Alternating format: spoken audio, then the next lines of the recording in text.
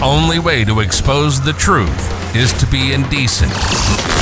Two men might just be indecent enough to do it. Enter a wannabe amateur disc golfer who reads Reddit threads and a fake cowboy who lifts weights. This is Indecent Exposure. It's time to plunge down the rabbit hole with your hosts, Ryan and Sam.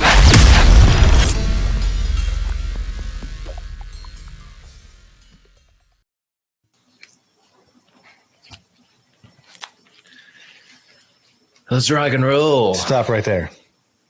Yeah? Put a fucking hat on. Oh, shit. You're right. It's kind of embarrassing. I don't want people to actually see what my hair looks like. I do have hair. It's not a bad head of hair. It's not a great head of hair. But it is a head of hair. Oh, my gosh. And that's so much better, though. Just night and day. You just immediately assume I'm just a good guy. You know, you trust everyone with a backwards hat, right? You never question anyone ever like that, right? Okay. Right. Well, screw me. Just how are we doing, Stanzy? We made it another week. We did, unfortunately. Here I am. Gosh, here we are. Everyone was complaining about daylight savings time, and I was like, you know what? It's not that bad. It is kind of stupid. It is stupid. Completely honest. Daylight savings time is really stupid. What's the point? Well, I actually did some research today about it, and everyone says what? It's probably from what? What do you think? What is farmers? Daylight savings time. Like, what did it stem from? I have no idea, but whatever it stemmed from was stupid. Okay, so here's where it stemmed from, at least from the YouTube video I watched today. It was about World War I, and the Germans needed an extra hour of sleep to combat, everyone in the nation, or everyone in the world. And so they invented daylight saving so that they can gain an extra hour of sleep. That's it. So that's why we have daylight savings time. Daylight savings time is because of the fucking Germans. Because the fucking Germans, and even the fucking Germans don't even like it, and they still use it. So blame everything on the Kaiser of 1918, whoever that was. I think it was like Kaiser Wilhelm or something. Wilhelm. Blame that stupid guy. Yeah. So it's all his fault. Dumb reason. Yeah, and we've just kind of gotten used to it. And okay, so in I think it was 1972 or 1974, U.S. passed law that we now know of, the Sunshine Act that has been passed by the Senate, hasn't been passed by the House. So we were supposed to get rid of daylight savings this year. It hasn't passed yet, but we did pass it in 1972 or 74, one of the 2 years, and immediately the next year it was repealed because Americans woke up after daylight savings, whenever the winter solstice hit, and were depressed because they woke up to it still being dark outside, in the winter, yeah, and so like the immediate year it was repealed. Which blows my mind because I'm like, in the winter, it just might be me, but I wake up and it's dark, and when I go to bed, it's dark. I mean, for most people, it should be dark when you're going to bed, but it's really in the winter. You only get like what 6-8 hours of sunlight. It's not a lot. Probably more than that. Probably 12 hours. No, it's not. No, not even. You probably get like sunlight at 8, 9 in the morning, and it's I think probably around 7:30, 4 or 5 o'clock, 5 o'clock by the time. So yeah, you're getting 8 hours, 10 hours, 8 to 10 hours. Yeah, which in the summertime you can wake up and it's bright outside, and 9 o'clock it can still be light outside. I'm not saying it's dumb. I don't want it to be light out at 9 o'clock. Well, I mean, I guess, no. Anyways, Anyways, sponsored by Blue Moon. Thanks, Blue Moon, for reaching out. Just kidding. Someday. Trouble. Yeah. Get us kicked off YouTube again. Someday I hope to be sponsored by some beer company. I'd love to be sponsored by the Busch non-alcoholics. Got some mayonnaise over there? I do. So whenever I know I shouldn't be drinking and I still feel like it, I drink one of these bad boys. 0.0%. And I shit you not, it tastes just like a Busch Light or a Busch Heavy. They're good. They're really good. So. Are you sure you're not like sponsored by them or being paid? I wish, but I'm advocating. That seemed like an ad. It seemed like a Busch Light. Reach out to us. We can do some business. Free ad. Yeah. Send me all your NA beers, I guess. But they're good for what they are. Yeah. This is what I had. It was frozen. So it's just a slushy Blue Moon. Beer slushy because it's my fucking garage fridge decided that it's going Arctic. Well, where we live, the weather just can't really make up its mind here, so it is what it is. Neither can my garage fridge, apparently. Sounds like a new garage fridge. Beer slushy. Mm-hmm. Right on, man. So, what do you want to talk about? Welcome to episode 15. Wow, we made it. Amazing. We're still here. We're still here. We had one strike on YouTube, and we're still doing it. I like just that we 15. Get an update every single time we get on YouTube. I figured people would want to know with all the subscribers and all the views that we have. All 13 of you. Yeah. We'll make sure that we're giving you updates. So cheers to every new subscriber. We'll give a cheers to that. I'll cheers to that. For sure. All right. So let's recap here. Do you want to do Twitter files? You sure you don't want to divulge Twitter a little bit more? Part 73. Right. Our whole podcast. We covered, moved on to the Ohio train derailment, which I don't know if we have any updates on that. Nothing. I think we'll update as we get more info. Pardon my yawn. I'm on 4 days, so I've just been straight chilling today. Sorry. It's all right. Also, we're 2 weeks into March now, so we're officially into March Madness. So, yeah. I don't know about you, but I've started my 30 brackets. No, I only do like one a year. That's stupid. Well, this year I did autofill on all of them, and I did random on like most of them. So statistically speaking, just statistically speaking, you just need to fill out about 2.5 million more random ones, and you'll probably have the 1% or the bracket. Has anyone ever successfully done the complete bracket ever? I don't know.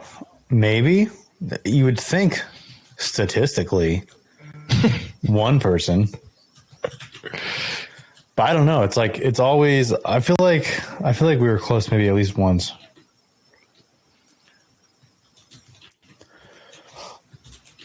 I'm looking it up because I want to know. There has never been a verified perfect bracket according to the NCAA. That's crazy. I mean, the odds are like astronomical. Yeah, I think so you have a 16 seed beating a 1 seed, and we saw that twice. And I'm sure there has been someone that's won or had a perfect bracket, because it's been going on for how long? How long have we had March Madness? I mean, we've had March Madness for a long time.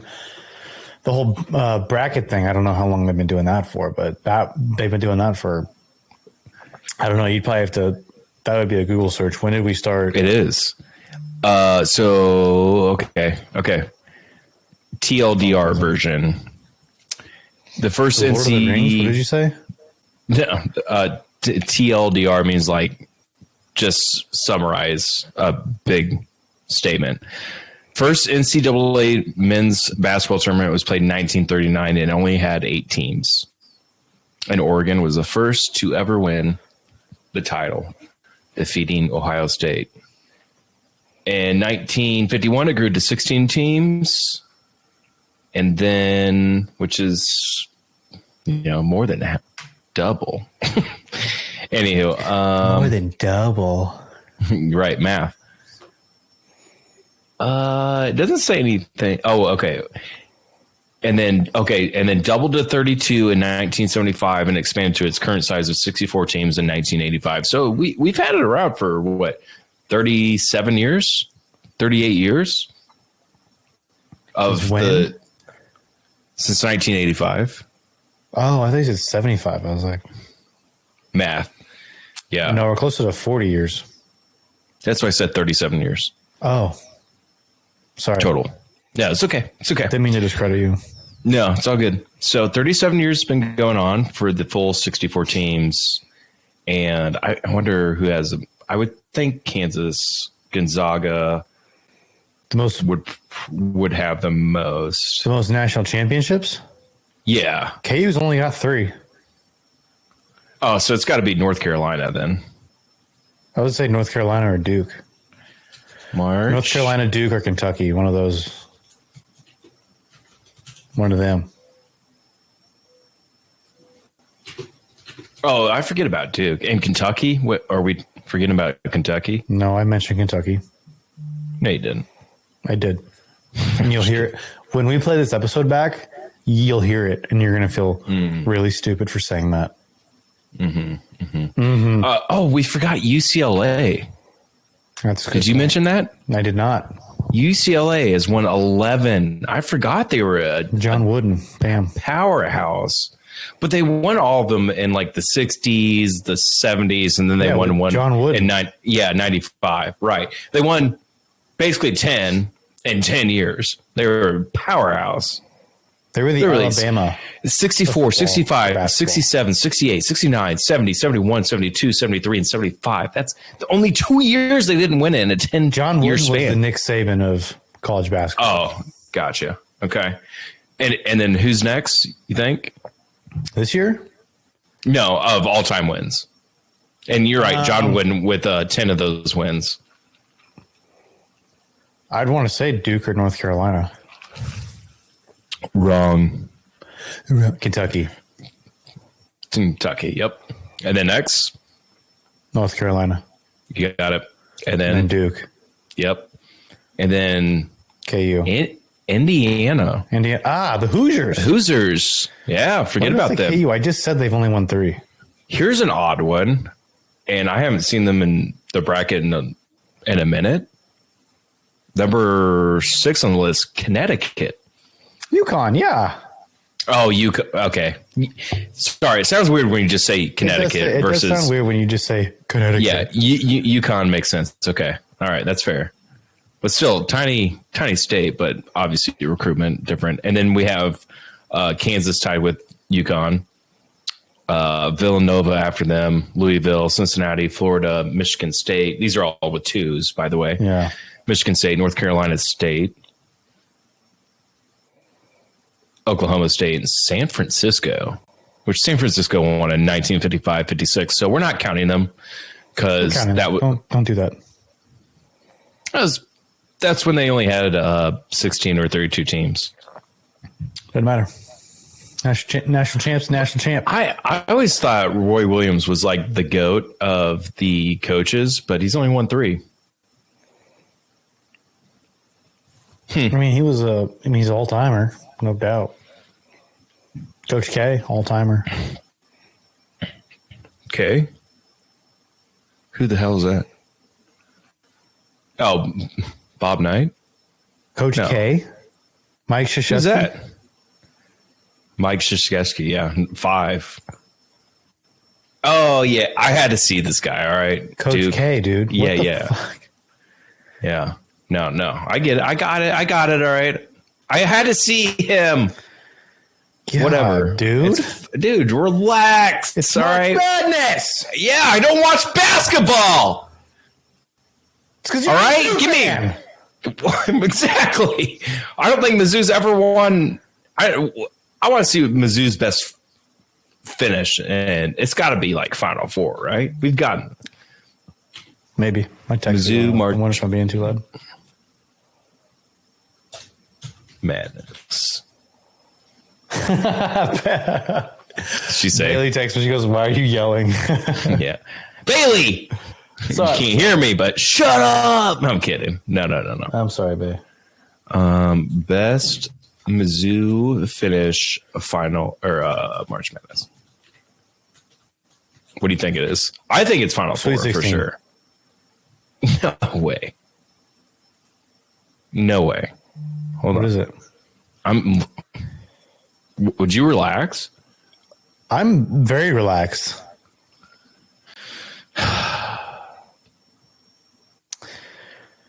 And we're waiting for Sam to read. Okay, so they got their fifth best result was Sweet 16. What's their best result? I don't give a fuck about their fifth best result. What? Sweet 16. Hold on.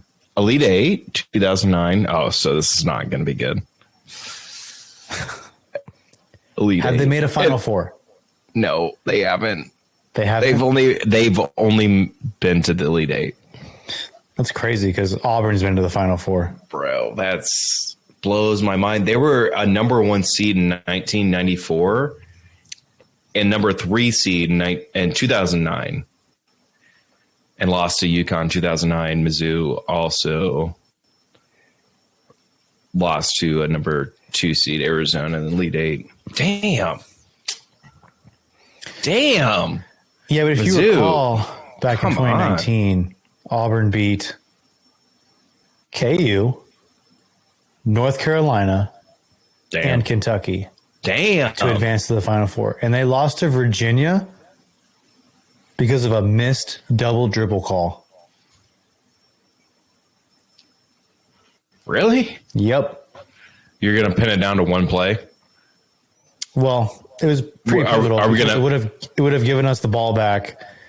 I can't remember how much time. There was like maybe a minute left, and we were already winning. We're not. So it would have given us a chance to go play. We're not going to do this.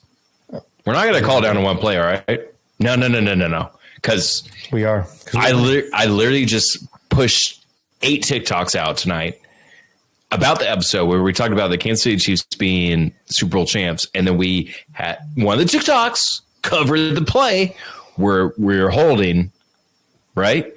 Where the guy was holding controversial play, and we're gonna hold Auburn to the same Eagles standard. Are we gonna do that? Different situation. We're really gonna do that right now? Different situation. Brother, I don't know if I can back you up on this one. You'd have to go back and look. You have to go watch it, dude. You have to go take a gander at it. I would love to just do my research on Auburn basketball tonight. Anywho, all right. So we're going to talk about COVID-19 because it hasn't been controversial at all for our YouTube channel already, but we're going to talk about what the House is wanting to do. They want to declassify the intel of the origins of COVID-19. Now, I'm gonna state it here for YouTube. I am not making up anything. I am just reading articles that are produced by popular publishers. What? We're not going to do that because you know what? We're not going to record this show in fear. No, we're not. I'm not being fearful. I'm just stating for the fact. Explain ourselves. The facts explain themselves. I'm just saying. I know you're just saying, and I can just say whatever I want. So I don't give a shit what YouTube has to say. Okay. Okay.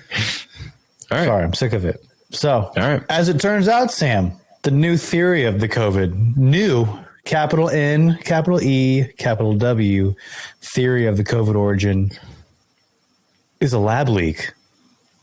Oh, from where? The new theory. Who would have thought? So the releasing of these documents come out as you guessed it, House Republicans raising hell, forcing the hand of the government to release these records because they were threatening to subpoena all of the documents because they were going to do their own internal investigation. Okay. So that led actually to them kind of forcing their hand a little bit. So as everyone knows, the administration has failed miserably. Which one? Biden, the Biden administration failed miserably. Not a partisan statement at all, because they've been dragging their feet since Biden took office in 2021. Yep. I'm not going to sit here and defend Trump because he didn't handle COVID well either. Okay. I'm not going to defend him. He didn't. No one in our government handled COVID well. Good. Okay.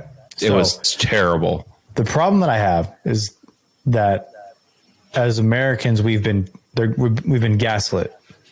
Okay. We've been gaslit by our politicians. We've been gaslit by our media.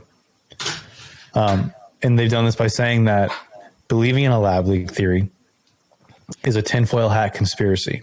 We've heard that. We've heard that rhetoric, right? Mm-hmm. Well, now it turns out that the FBI has moderate confidence that this was a lab leak and not due to natural cause. The Department of Energy has low confidence, but they're the ones that kind of broke the story on the lab leak. And what's important about the Department of Energy is that they actually are the ones who are legally entrusted to oversee safety procedures in all labs of different varieties across the United States of America. Department of Energy? Yep. I feel like that's a really weird department to cover. It is weird, but this was reported by the Wall Street Journal. All right. And they're now claiming that this revised assessment is based on new intelligence. Props to the Wall Street Journal for new intelligence. New intelligence. Okay. Nothing that we probably haven't heard of, unless you've been living under a rock, which some people have. That's fine. Yeah, if you're wearing a mask in your fucking car by yourself, you're walking down the street outside in the middle of the sun, sunny day, no cloud in sight, and you're wearing a fucking mask. Yeah, if you're wearing a double mask, if you're wearing a suit, a mask in a suit inside of a grocery store. If I'm going to play devil's if you're wearing a mask in your own home, sorry, I'm going to play devil's advocate here.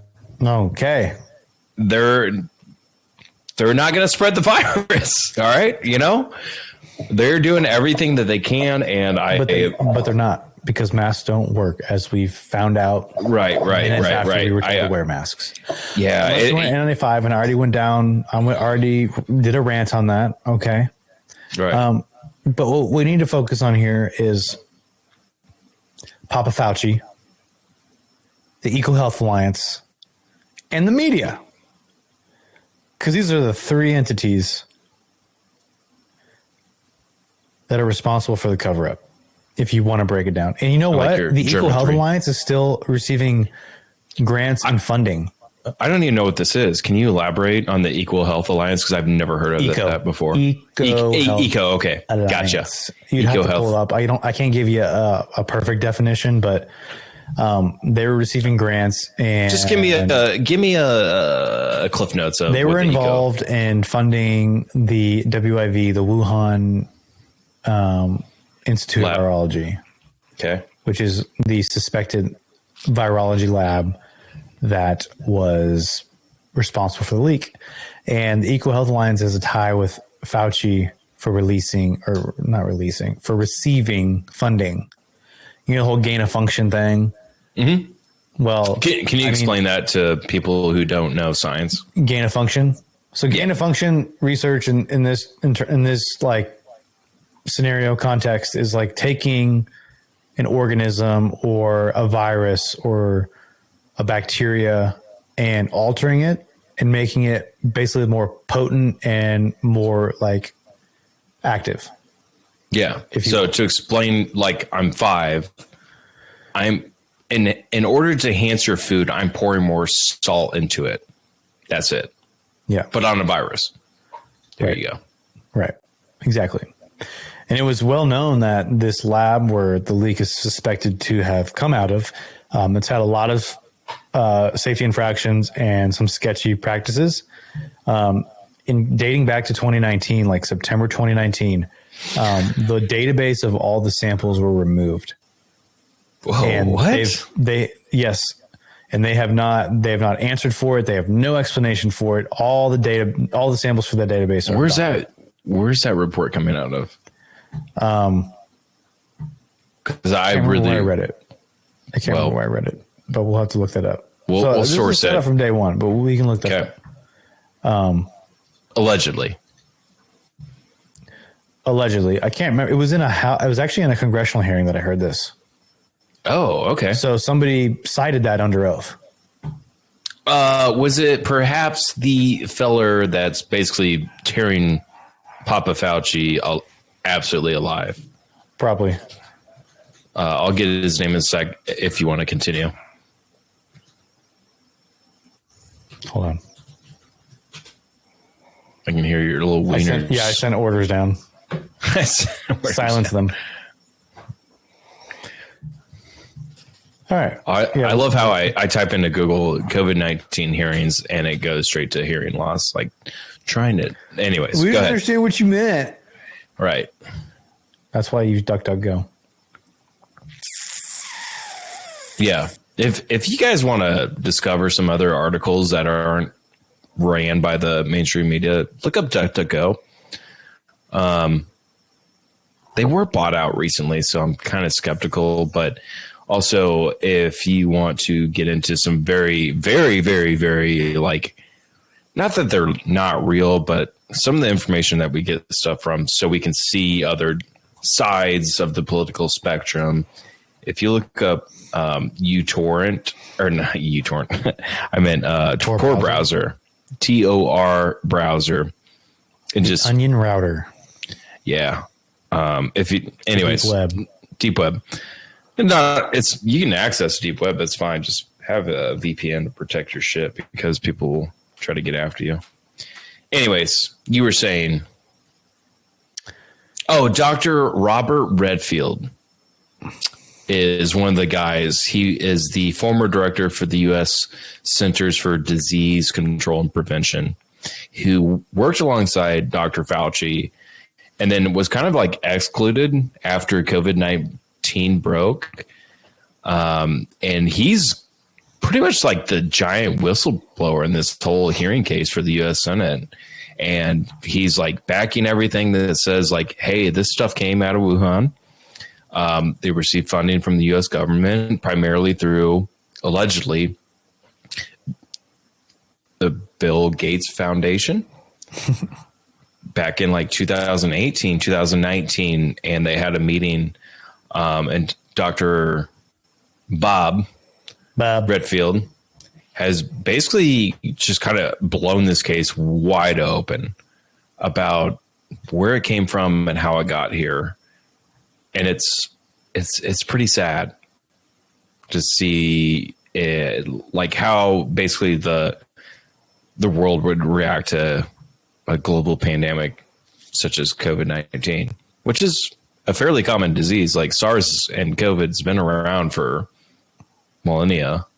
It's not nothing new. It's just the common cold. This one was just really bad because it was kind of like undetectable and you didn't know if you had it or not. And like if you had any other symptoms with it. Rate. Yeah, very, very high. Very like contagious. That's not.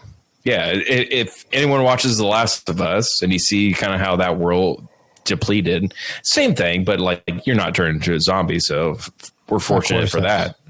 Right. And that's completely. It's not fungus, no. Virus. Viral. But viruses, just like people were like, oh, just give me an antibiotic. And you're like, that really doesn't work. If you study things scientifically, antibiotics do not work with viruses. So they don't. And that's a really good point to make because that's very true. You need an antiviral. Right. People are like, give me the Z-Pack. And it just doesn't work with that. Now, if you had strep throat, sure. Yeah, got you all day, baby. Yep. But which you're bringing up the old ivermectin case. And that's true.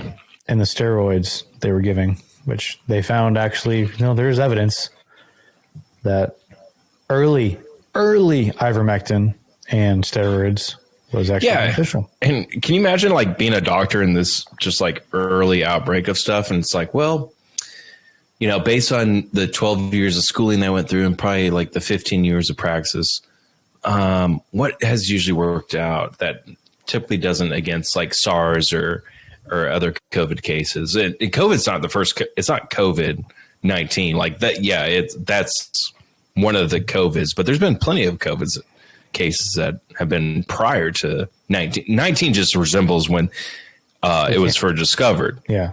Right. Yep. So 19 is just based on when it was discovered, which is from the Wuhan lab in 2019. So we knew about this. I believe it was discovered in November, December it was late 2019. How the fuck did it get here? How did it get everywhere? Because they tried to cover it up. Right. That's why. So I just want to, I don't know the whole things behind. I don't know how it got here, and I'd like more evidence and whatnot. And I hopefully with the House trying to pass the bill, which it's gone through the House, we'll see if it gets through the Senate. But here's a video that I want to share with you guys that basically shows, and let me know if my audio is working because it's been working all night. And I'm just going to play the window. Or maybe not. I think I shared. Roll it. Make sure you click the little audio button. Oh, you got it. Just sharing information about the House. So just let me know if you hear this. If not, take this out. Good start. You didn't share it. I realize. Can you edit? Hey, when you're editing, I'm leaving this in. God, dude, just edit the things. It's not that hard. Razor, cut, delete, stitch it all back. Find a good entry point. Damn. COVID milestone. The pandemic was officially declared 3 years ago today. And now there's a new focus on where the virus originated. CBS 2's Christina Fan joins us live from the newsroom with the update. Christina? Andrea and Doug, good morning. As the pandemic enters its fourth year, the virus is still killing hundreds of people a day worldwide. Lawmakers say it's time the Biden administration reveals what it knows about where the virus came from to better prevent future outbreaks. 3 years since the World Health Organization declared COVID-19 a pandemic, the virus is still spreading and the death toll is nearing 7 million worldwide. While the WHO is not yet ready to declare the emergency over, the White House is. Back in January, the Biden administration announced the end of COVID emergency declarations on May 11th. But there are still many unknowns about the long-term health effects. Doctors in San Diego are investigating what appears to be an increase in a debilitating condition called POTS. I went from a healthy woman in her 30s to being pushed into my doctor's appointments. And Nurse Nicole Hold on. I just want to pause a minute for 1 second. I don't mean to make fun of this lady, but like... That's a haircut. I know. So dude. If you need a definition of a Karen, is this not the person that you imagine? Yes, that's 100%. That's Karen. Bringing up some bullshit. What's her name? Nicole. Damn. Kind of close. I could pass on Nicole, but damn. All right. I'll let the video keep rolling. I'm going to mute myself. All right. support wheelchair. Nurse Nicole Baca was diagnosed with a disorder of the autonomic nervous system after catching the virus in 2020. Estimates suggest around 1 million people have developed the condition after COVID. A lot of people are dismissed as having anxiety or a psychological disorder because people are not aware of POTS. We have known. Wait, what does anxiety have to do anything with this? Anyways. For many years that POTS can occur after various viral illnesses. Thanks to a wall of immunity built from infections and vaccines, most people have resumed their normal lives. But the true origin of the virus is still up for debate. There are some elements within the intelligence community that have reached conclusions on one side. There are others that have come to conclusions on the other. The House voted unanimously Friday to declassify U.S. intelligence information related to China's Wuhan Institute of Virology, citing potential links between the research done there and the outbreak. Experts say the truth may take years to come out, if ever. And the bill to declassify information has been sent to President Biden's desk. When asked, the president said he has not decided if he will sign it. Live from the newsroom, Christina Fan, CBS. But why would you, why would you even want to not know what's going on? Like, why did 207 Democrats vote no on that? I don't know if you guys saw that.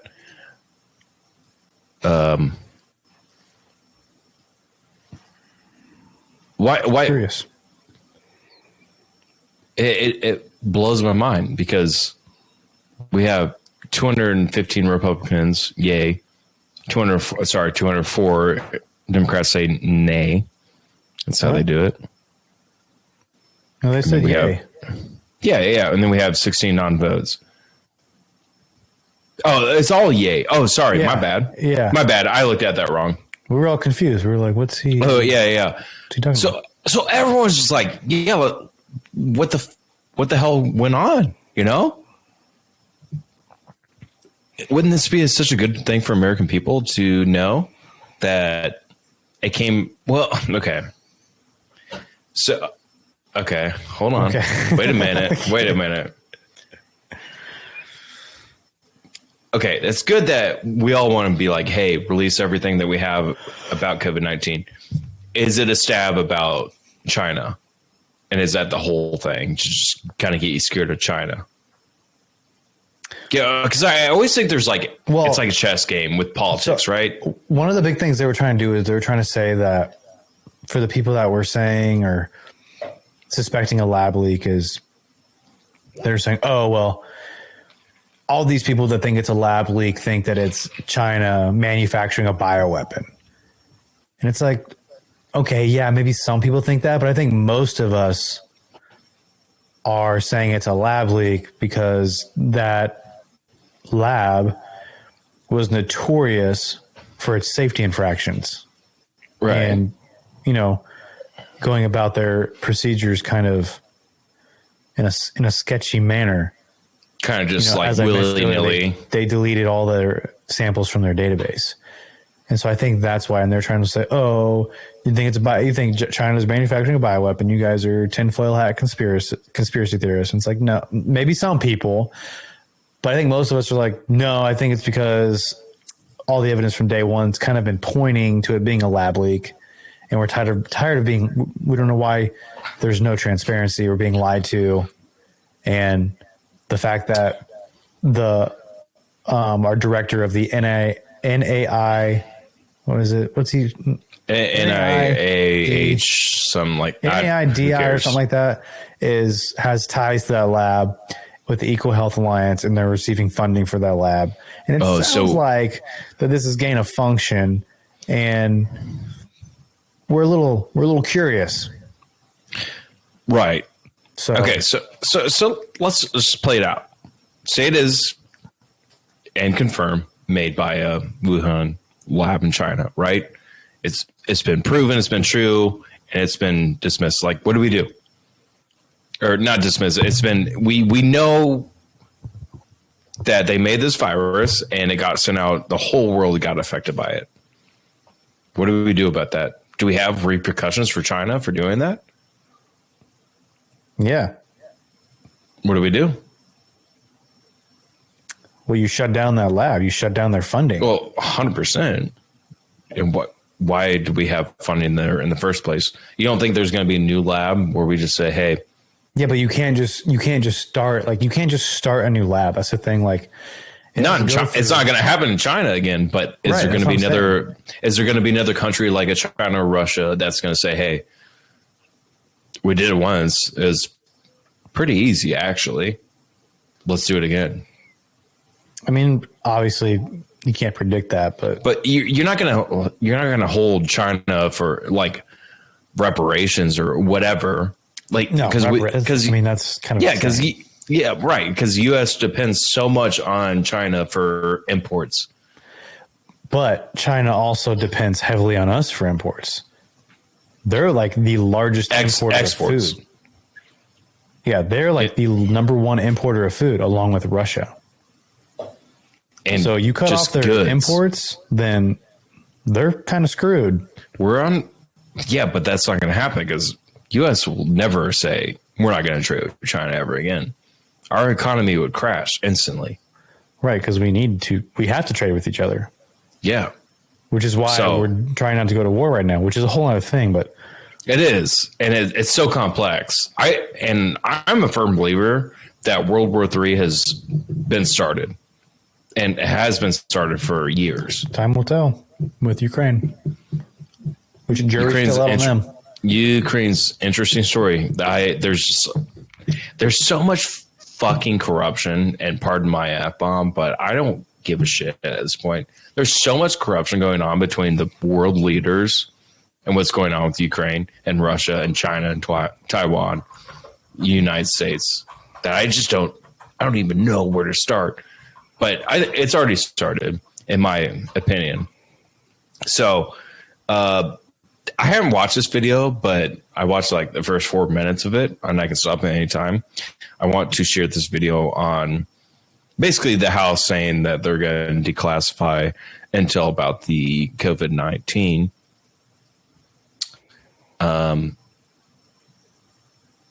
Release. Yeah, the video you said? Yeah. Is that okay? Videos too. Yeah. All right. So we're going to start from the top. It's from CNN. Guys, we're not base. We share from everywhere. Independent, mainstream. Have opinions. We got Jim Acosta here. So today, the World Health Organization declared COVID-19 a pandemic. There's still no consensus on the origins of the virus that has killed nearly 7 million people worldwide, including more than 1 million Americans. The question is back in the spotlight in Washington. The House yesterday unanimously approved a bill to declassify U.S. intelligence information on the origins of the coronavirus. The Senate passed it earlier, and the legislation now goes to President Biden's desk. It is not clear yet whether or not he will sign it. The president told reporters yesterday that he hasn't made that decision yet. A theory that the virus may have escaped from a lab in China has been a heated issue of this debate since early on in the pandemic. U.S. intelligence agencies are split on that.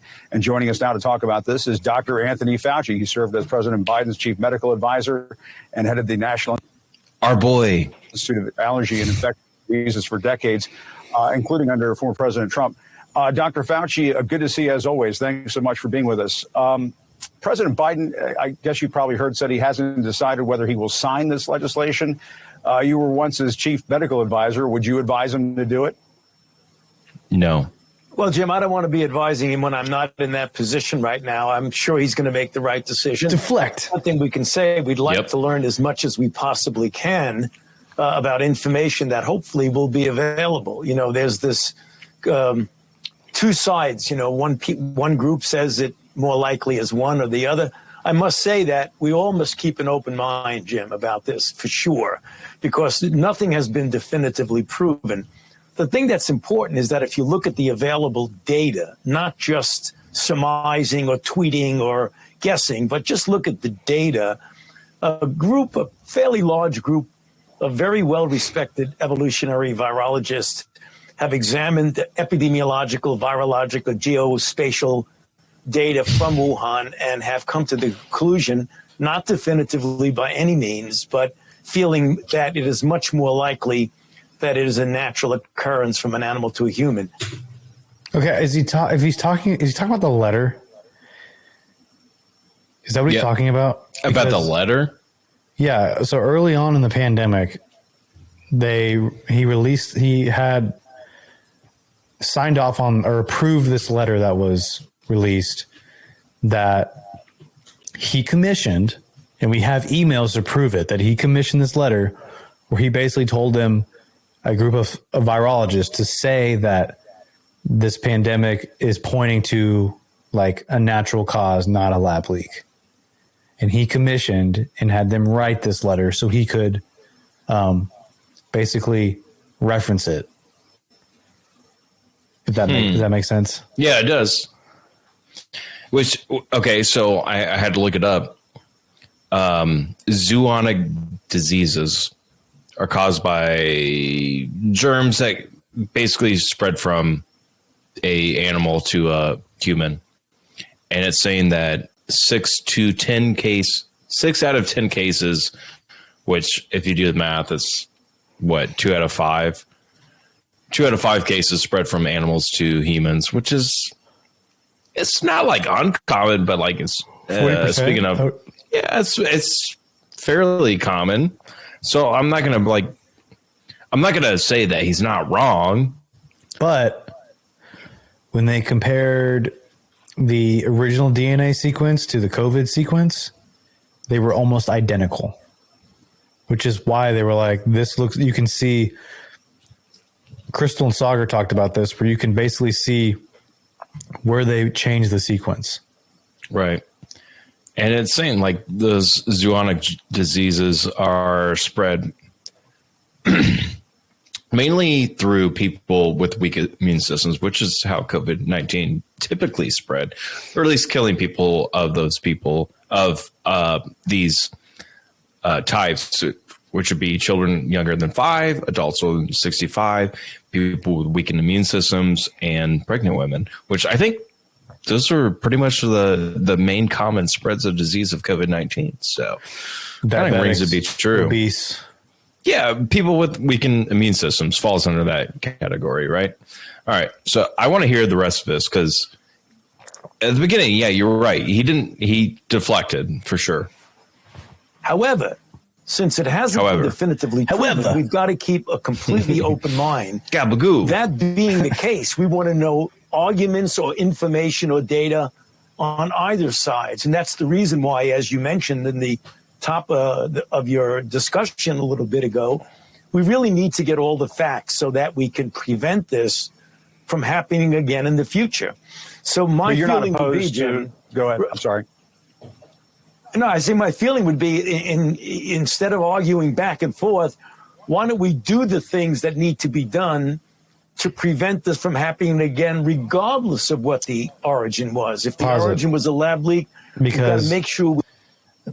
Their new thing that they're trying to, what he's kind of referring to is, have you heard of the new protocol that the World Health Organization is trying to push out?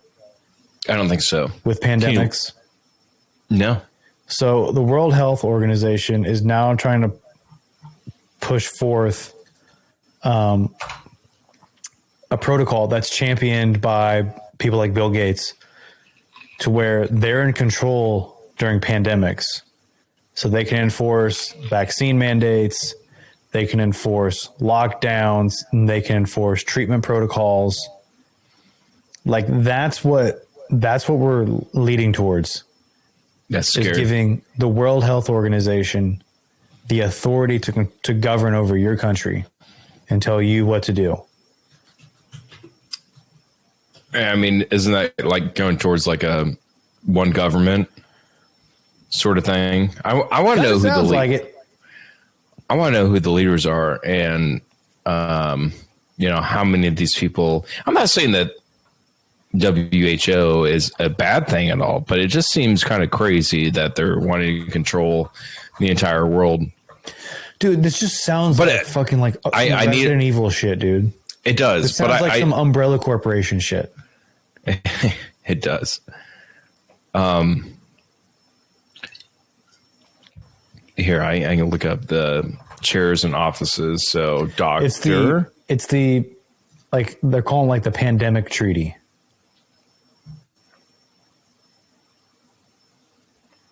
Okay, so we have chairs and officers in the executive board. We have here the chair is Dr. Kirsten Vesna Petrick, I would think, who became a member in 2021. Served as the chair. I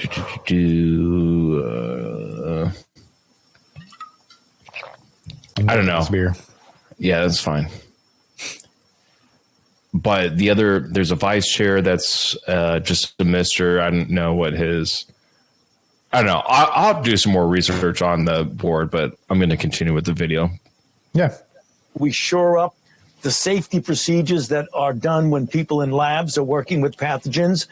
And if it's an origin from the natural occurrence, we've got to make sure we pay much more attention to the animal-human interface and put restrictions on the kinds of animals that come into these wet markets, particularly in China and in Southeast Asia. Those are the things we should be concentrating on. But simply put, you're not opposed to the intelligence community putting that information out there, as long as you're not jeopardizing sources and methods and that sort of standard thing. Right. Obviously, you want to get as much information. If there have been recent, as you know, discussions that the Department of Energy has first said that they didn't think it was a lab leak, and now with low confidence, they're saying that it's a lab. I don't know what low confidence means, Jim, and I think that's what's confusing people. And that's the reason why we really got to get down to the bottom. What does the FBI say? Yeah. Fauci? Do you think that was a mistake for the Low confidence means like probably not going to happen. The Department of Energy to put out that kind of conclusion, a conclusion with low confidence? Did that muddy the waters in your view? No, Jim, I don't want to be criticizing agencies. I'll stay away from that. That's not helpful. Well, let me ask you about another agency, and I know you've already had some discussions about this, but former CDC Director Dr. Robert Redfield, your former colleague in the Trump administration, has accused you of excluding him from a conference call in early 2020 that included a discussion on whether COVID may have stemmed from some sort of lab leak. Just to get that on the record, what is your response to that?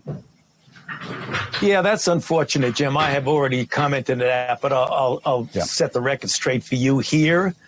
And that's completely unequivocally incorrect. And I'm really sorry he came to that conclusion. Someone may have told him that. I had nothing to do. No, hold on. About who would be on. Was he on the conference call or not? He was not. So how is that unequivocally incorrect? I have no words for that comment, because I would think your partner in crime basically would want to be on every fucking conference call during a pandemic. Right.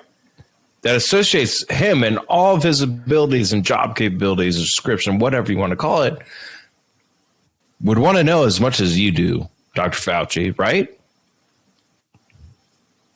On or not on that phone call. And at a public hearing, it's unfortunate he accused me of excluding him for reasons that I didn't agree with what his conclusion would be. But nothing about that makes sense, Jim. As a fact, and you could ask any of a number of people on the call, that I didn't exclude him because I had no say as to who was on the call. And secondly, his concern about being excluded because his idea disagreed with mine. We had half the people on the call agreed that it might be a lab leak. So the rationale that he puts forth for being excluded doesn't make any logical sense, because half the people on the call didn't agree with that. So I'm not so sure what he's talking about. So did they put just people they didn't want to hear their opinions on this call or not? And it's not like moving forward either that you're just saying we're just going to exclude these people forever. Right? Or maybe that's the scenario that Dr. Robert Redfield is talking about, where it's like, yeah, after this phone call, I wasn't included on any of this. I couldn't make any decisions. Like I couldn't do anything. Kind of sounds it kind of does. Kind of sounds like he didn't agree with Fauci, and Fauci excluded him. Yeah. I'm not saying express his voice. Opinion. And I'm not saying that Dr. Fauci said, no, he can't come to this Zoom call or whatever call, Teams. But I don't know yet. Statement publicly, because it's not true. in that conference call that was in question, that apparently was tackled at this House subcommittee hearing this past week. Were you invited to appear at that hearing? I was not. I have not been invited yet to appear at the hearings. I suspect that I will be. I think it would be a good idea to hear from all sides, but I have not yet been invited to appear before a congressional hearing recently. I've done many before, but with this particular topic, I have not. And I know you've supported the theory, and we were just talking about this, that the virus came from natural causes instead of a lab leak. You've said you're open to the evidence wherever it goes. Has your thinking on this evolved at all? Did you start off as, oh, no, it's definitely natural causes, and now you're thinking, well, maybe it might be a lab leak? You know, Jim, I've kept an... I'm sorry, I got to pause that again. He said before, probably a minute or two before this, in the same video, that it was most likely a lab leak. So I'm not making this up. I got other videos. Open mind throughout the entire process. What has changed over months to a year or more is what I mentioned a bit ago, namely that as evolutionary virologists went into this deeper and deeper and analyzed it from a number of standpoints, epidemiologically, virologically, geospatially, they wrote two very important, well-written, peer-reviewed papers in Science magazine, strongly suggesting that, in fact, it was a natural occurrence from one that you commissioned. But strongly suggesting, Jim, doesn't nail it down definitively. And that's the reason why I say to this day, I will keep a completely open mind as to what the origin is. And on this theory of a lab leak, I've been wondering this. Do we have any idea how that would even work? Have you heard any accounts as to how that might have happened? Is there speculation in the scientific community as to how that happened? Yeah, that's a very good question, Jim. So one of the things that people maybe don't fully appreciate, that all of the intelligence agencies agree unanimously that this was not engineered. Namely, they didn't deliberately do this to make a bioweapon. Everybody agrees with that. No matter what your prior thoughts were, everybody agrees with that. A lab leak could be that someone was out in the wild, maybe looking for different types of viruses in bats, got infected, went into a lab, and was being studied in the lab, and then it came out of the lab. But if that's the definition of a lab leak, Jim, then that still isn't. Hold on. I don't believe any of those last. Hold on. What is he saying? Is he saying somebody could have gone in the wild trying to study viruses, got infected, went into the lab for that person themselves to be studied? Or did they is he saying they extracted the virus from that person to study it? Let's hear that again, just so that we're both clear, because that's a statement in itself. Make any sense? It went into a lab and was. Sorry, let me back it up a little bit more. Maybe looking for different types of viruses in bats in the open. Everybody agrees with that. No matter what your prior thoughts were, everybody agrees with that. A lab leak could be that someone was out in the wild, maybe looking for different types of viruses in bats. Sorry, I got to stop right there. Does anyone ever just wander into the wild looking for viruses? Looking for something like, hey, Ryan, you want to go on a hike in Kansas and be like, hey, let's go looking for viruses, dude. Yeah, dude, let's look for some bats, man. You know what they say? Yeah. They have all the good stuff, dude. We can suck their blood. Chicken in the cave, man. You can fry them up. You're a man too. Bats got infected, went into a lab, and went into a lab. Being studied in the lab, and then it came out of the lab. But if that's the definition of a lab leak, Jim, then that still is a natural That statement occurrence. doesn't make any fucking sense. The other possibility is it makes no sense. I can't even comprehend my brain around that. Look at Jim Acosta's face.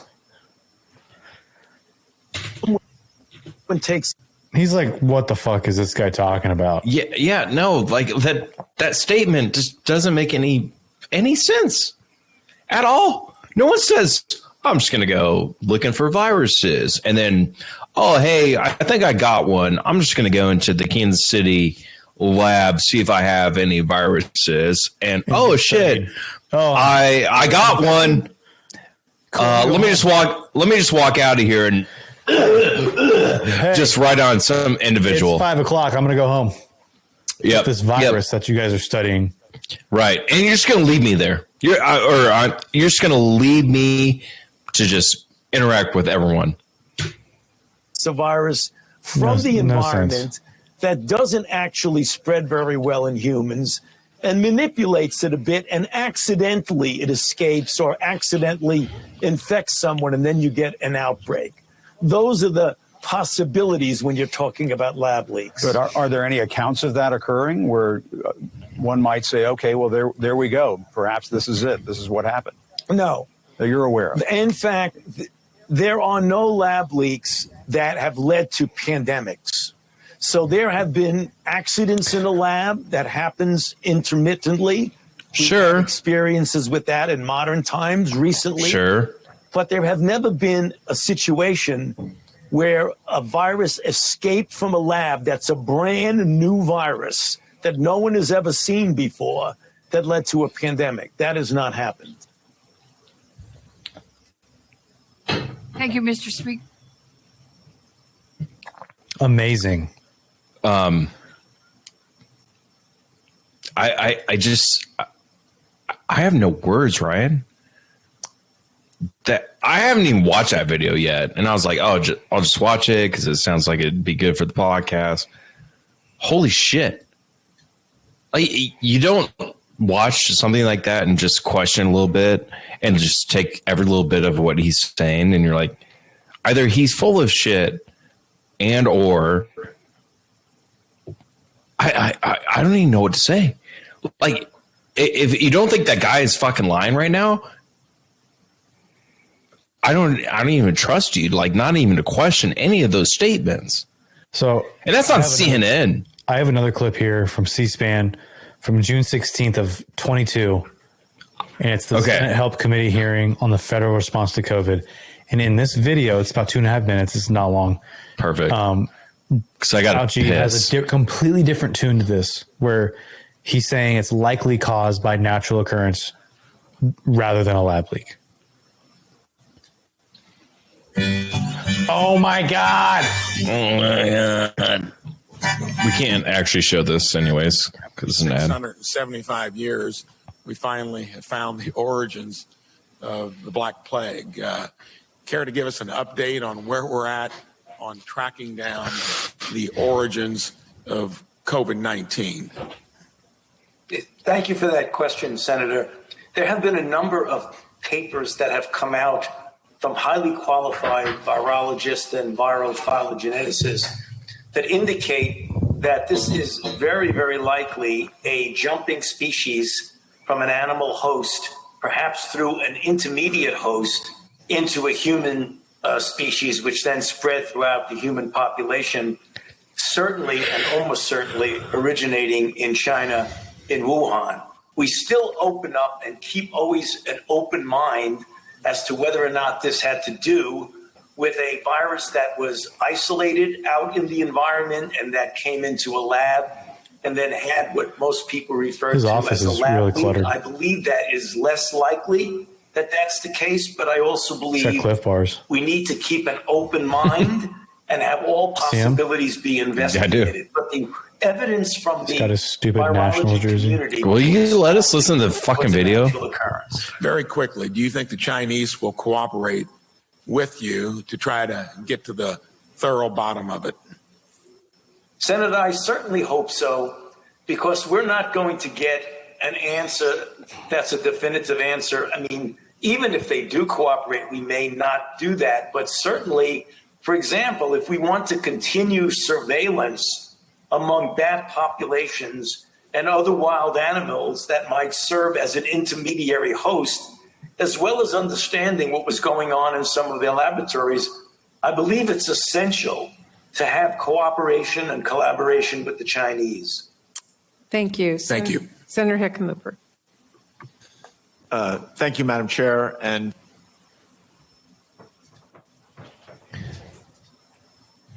So there you have it. There we have it.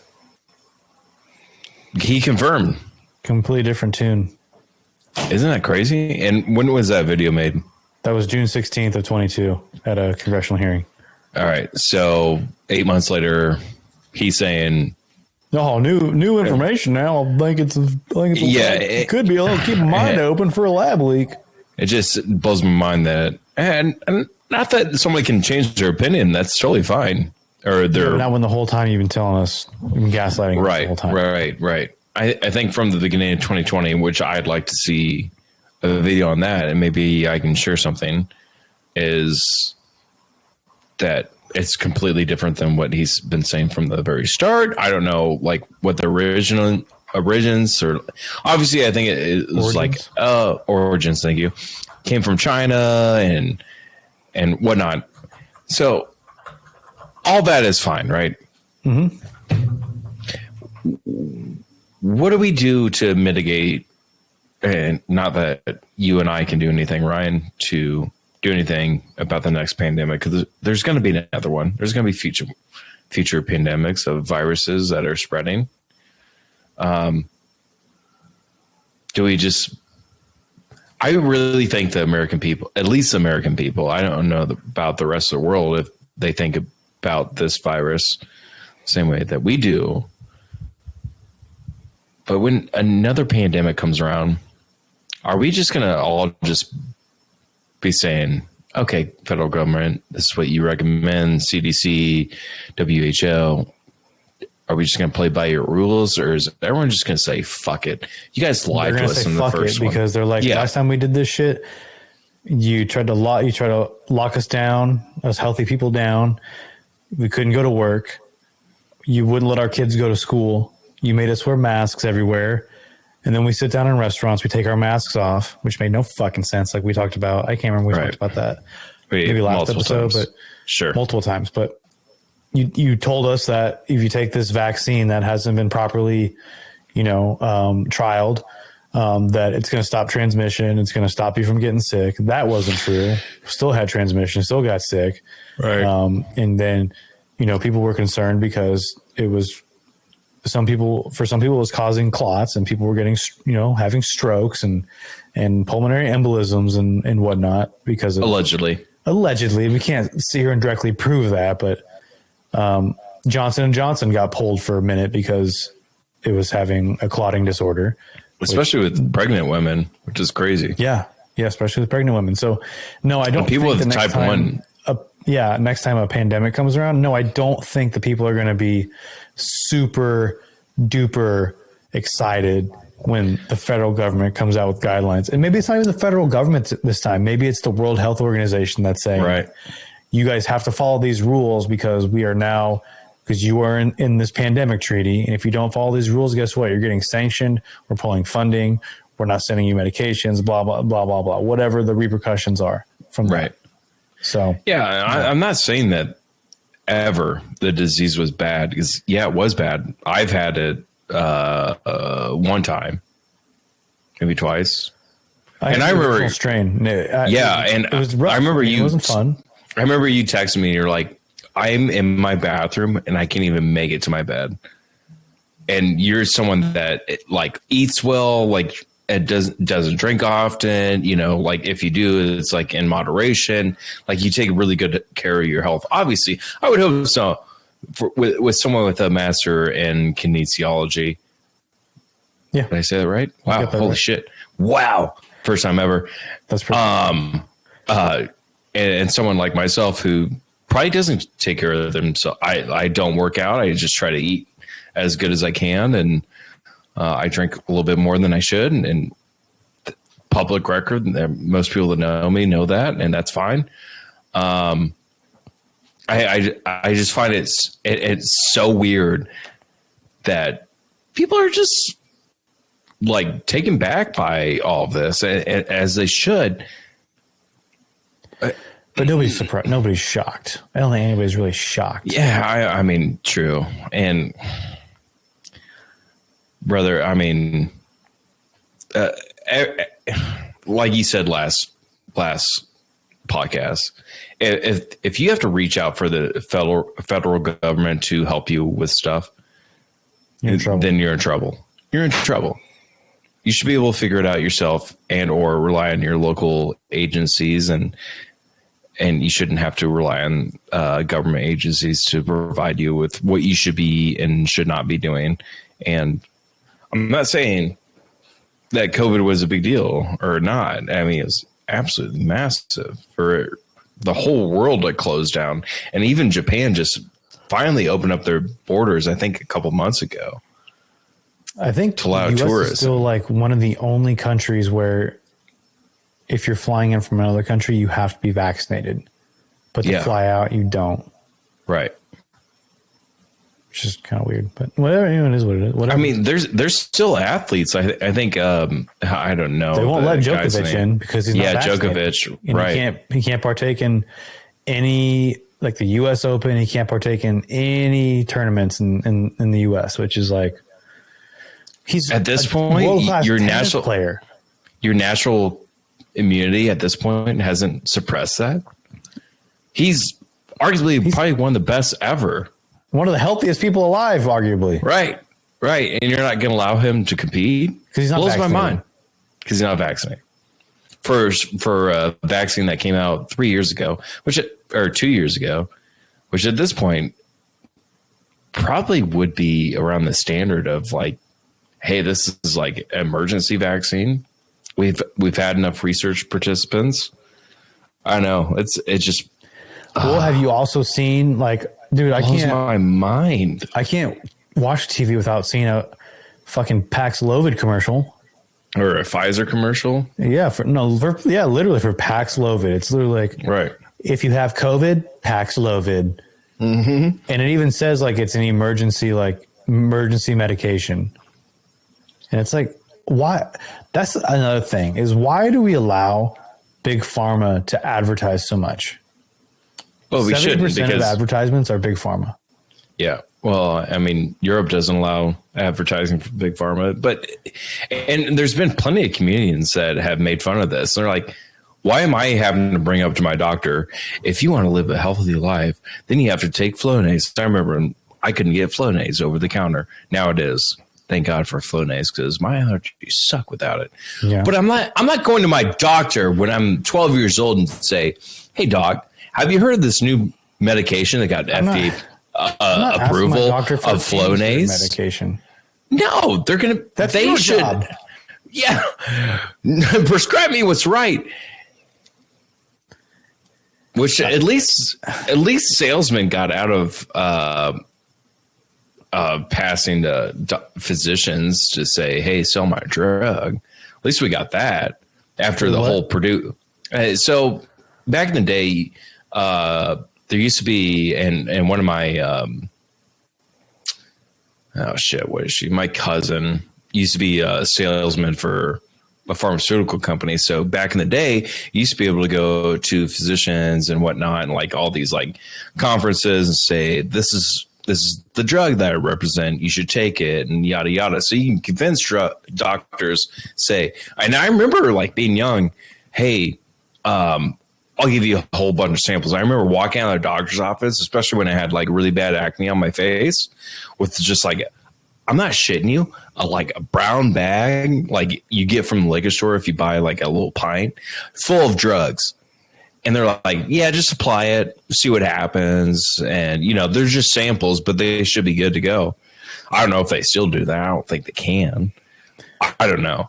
But that used to be like. They still can, because I know that doctors are still incentivized by pharmaceutical companies. They can sell, and they are incentivized to sell a certain drug for certain conditions. Probably, I would imagine. So they probably like found a loophole out of like hiring like direct salesmen to go strictly to physicians and anyone in that healthcare industry and say, try this for whatever, right?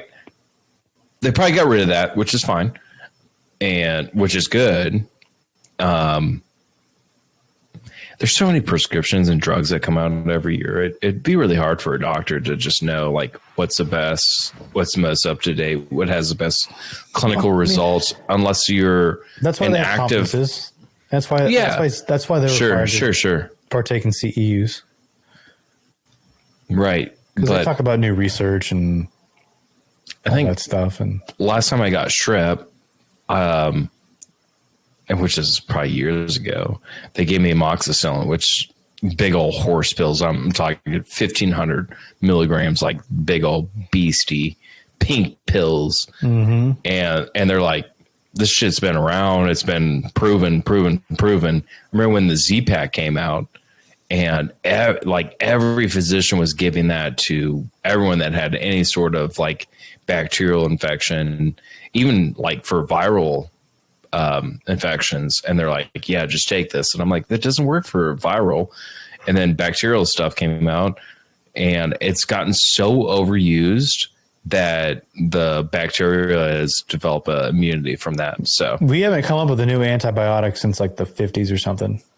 It's crazy like that. And like amoxicillin's been around for 50 years and it still works.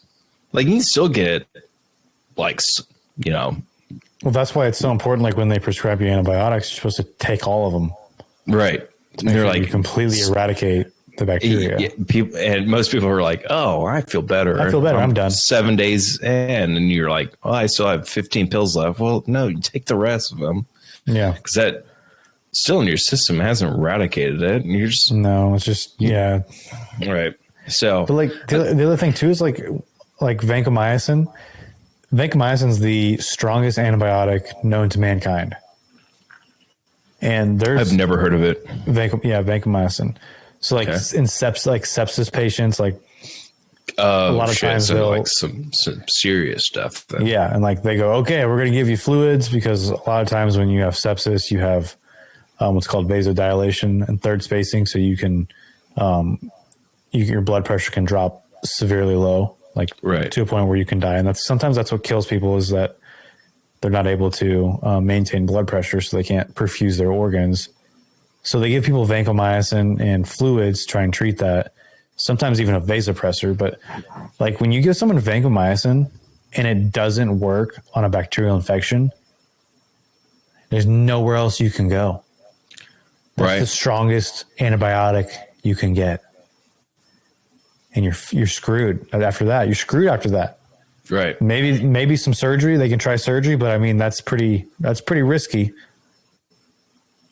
So I mean, pharmaceuticals are pretty crazy. I can't believe we haven't found a new antibiotic in such a long time, brother. I can't believe we don't have just more regulations that compared to the EU, because it just blows my mind. Yeah, and I think something as regulated as the pharmaceutical industry, you would think like. And I'm pro capitalism, but like when it comes to pharmaceutical, and like, dude, a couple years ago, I was like, no, big pharma can do what they want. This is a capitalist society. They can advertise all they want. They can incentivize who they want because they're allowed to do so. But now, like being in the medical field, I've definitely changed my tune. I'm like, that's awesome. I don't think that big, pharma I don't think we should be able to call it big pharma. I think pharmaceutical companies should play their role in developing new drugs and whatnot. But I don't think that the spending should be what it is, because it's so heavily regulated. You know what I mean? Like, oh yeah, we say take money out of politics. Well, I think we got to take some money out of pharmaceutical companies, because 100%. All they're doing is incentivizing people. And like you talked about, like the Purdue incident with opioids and and we're still dealing with that today. And I mean, like to me, that stuff is so detrimental to our healthcare system, which is already not a perfect system. I mean, we're going to talk about Murdoch case, and he said he's buying $50,000 worth of OxyContin every day. Yeah. Guess who that was made by? Dealer try to look like his drug dealer was trying to kill him and all this shit. Right. I'm not even going to talk about that because this has been covered. Just look it up. There's other podcasts that have already covered it. We're not going to talk about it. Is what it is. But you're right. It's crazy, and we shouldn't. Okay, and you said pro capitalism. So if you're pro-capitalism, what do you think about, and I'm changing subjects now, the bank and the Silicon Valley Bank. Thank you. I don't know enough about the situation. I know they almost they shut down for a little bit and someone bought them. I don't know the whole situation on that. I know there's been other banks too that have been kind of following suit with. All right. We can talk about it in a different episode, but anyways, to close this thing out, we knew all along. We all knew. We knew the lab leak all along. And the government's been lying to you. Fauci's been lying to you. We'll see what happens when all these documents get released. So there's going to be a part 2. Yeah, this is going to be an ongoing thing. But I mean, just the fact that Fauci's tied to the EcoHealth Alliance and the funding of Wuhan and the gain of function research. I mean, that's all people are that's the conspiracy right there. Is, what was that the motive? Why this was all under wraps for so long, or, what's the end game with this? I think we'll find out soon with the hearings going on and when all these documents get released. I think if I'm going to project anything about it in game, is that the government and the world, and specifically America, they know how to control you, and they don't want you to have opinions. Well, they did. You know what I mean? They did prove that we can do it. Fucking great job of it. They did a really good job. We'll just keep changing shit. We'll keep them confused, and they'll have people listening. To that argument, people started to wake up and started to actually do research, which is what I implore everyone that listens to this podcast. Do your own research. It doesn't even take that long to just look up other sources. Verify your sources for sure. But everything that's preached to you under the mainstream media, look who that's owned by, and look who they control. And then let me know what your narrative is after that. And to piggyback off that, love to that. I would encourage people to read, if you're conservative, to read a liberal publication and then read a conservative publication. Yes. See what both sides are saying, and then go to the independent news, the independent resources. And if you're a liberal, I would implore you to do the opposite. Look at what the conservative side is saying. Look at what the side you align with is saying, and then go to the independent side, because you'll find people like, Kyle Kalinske, who's a liberal. I don't agree with a lot of things he says, but he does bring up really good points, right? He brings up good points. Not just that, but he's reporting on facts, and he's actually using evidence, and that's what Crystal and Sagar do, and that's what I've kind of turned away a little bit from the Steven Crowders, but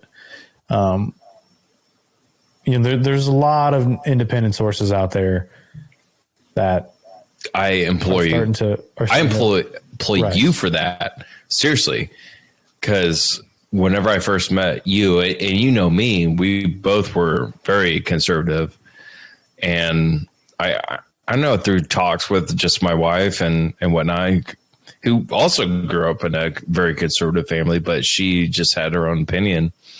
It was enlightening to see kind of oh, well, you're not wrong about that argument and whatnot. And I see her friend's perspective and my friend's perspective. And it's just having a conversation. It's not, you see these viral clips of people just yelling at each other, especially in public forums. And they're just nothing gets done in that sort of thing. Or you see Jordan Peterson or Ben Shapiro and these, and I love Jordan Peterson, because he's one people that will say, I was wrong, and will own up to it in that moment. I didn't think about that, scenario or situation.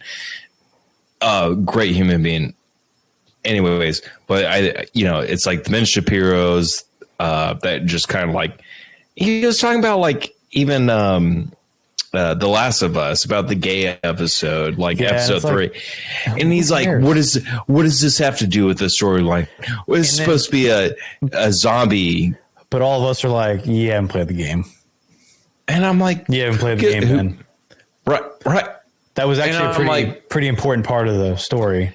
Yeah, but like, who cares if she's gay? Who gives a fuck if he's gay? Yeah, and whether you disagree or agree with it, they fucking loved each other. At the end of the day, that's fucking dope. Oh, you were talking about Bill and Frank. Bill and Frank, yeah. Yeah, Bill and Frank. The game, he was like, that was my partner. Right. And then wouldn't you want that at the end of the day? Just someone that the episode with Ellie and her best friend that she ended up having a crush on. I was like, that was actually it was too. It was too. It was a great episode. Both of them. The origin of how she got infected and how she lost the one person that she really, cared for on an intimate level. Love at the end of the day is just love, and just love who you can be, friends, intimate, whatever. Just like, we shouldn't judge each other on that. We have more important issues, and that's what we're talking about. Yeah. Fuck the government. Yeah. And I mean, like, yeah, dude. And like, I like to listen to Ben Shapiro on a lot of stuff, but then there's other stuff too. I'm like, yeah, when he brought up that about, he's like, oh, we don't need to see gay. I'm like, dude, talk to me about economics, dude. When's the last time that a gay person's like ever said anything like what's weird too is he's like good friends with Dave Rubin, who's gay. He's a gay man. Right. Yeah. And I think that like goes towards his show, like the game, the base that he's established, and he's doing a good job for it for himself. I'm not gonna. Anyways, he's fine. Anyways, to close this episode, guys, go do your research. Like, we love doing this because it's so interesting to talk about, and no one talks about the different sides of things. And it's so funny when it is when I hear my friends talk about this, and I'm like, hey, come on our podcast. We'd love to have you on. And everyone always responds to me, Ryan, and they're saying, oh, I don't know what to talk about. And I'm like, well, what interests you? Is there something, some subject that you like really like? And everyone's just like, no. And it just makes me, it just like kind of solidifies that no one, either one, my friends don't listen to my podcast. So, hey, if you're at a minute or an hour and 32 in the podcast and you're still listening, I love you. If you're one of my friends that says you listen to my podcast, you're a fucking liar. And two,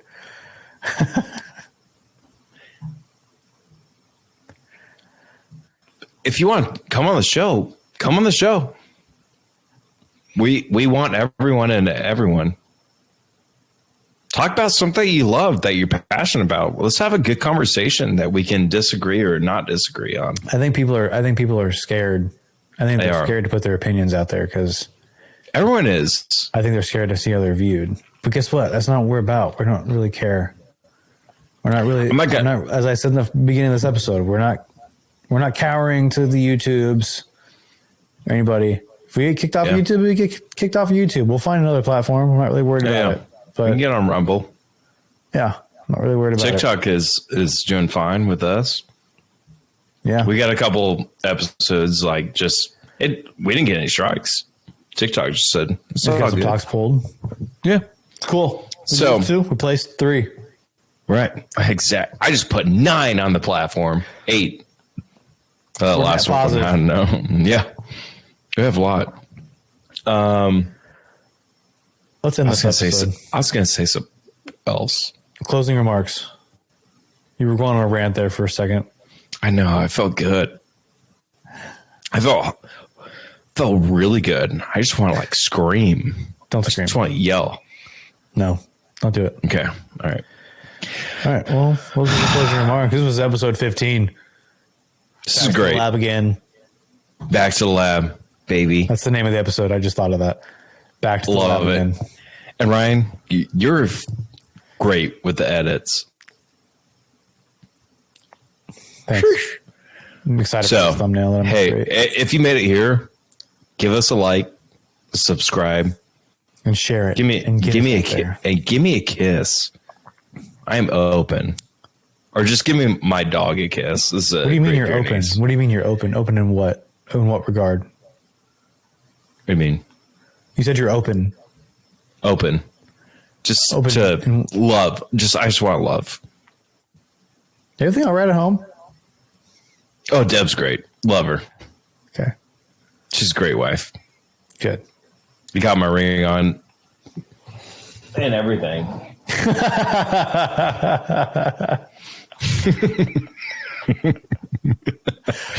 Oh shit! Sorry, you know, when I'm playing bass and gaming, I don't want to. You know, it just makes my hand heavy. So, in this shit, Christ. dude. All right, good. Ladies and gentlemen, we'll see you in the next episode. Love you. Right here.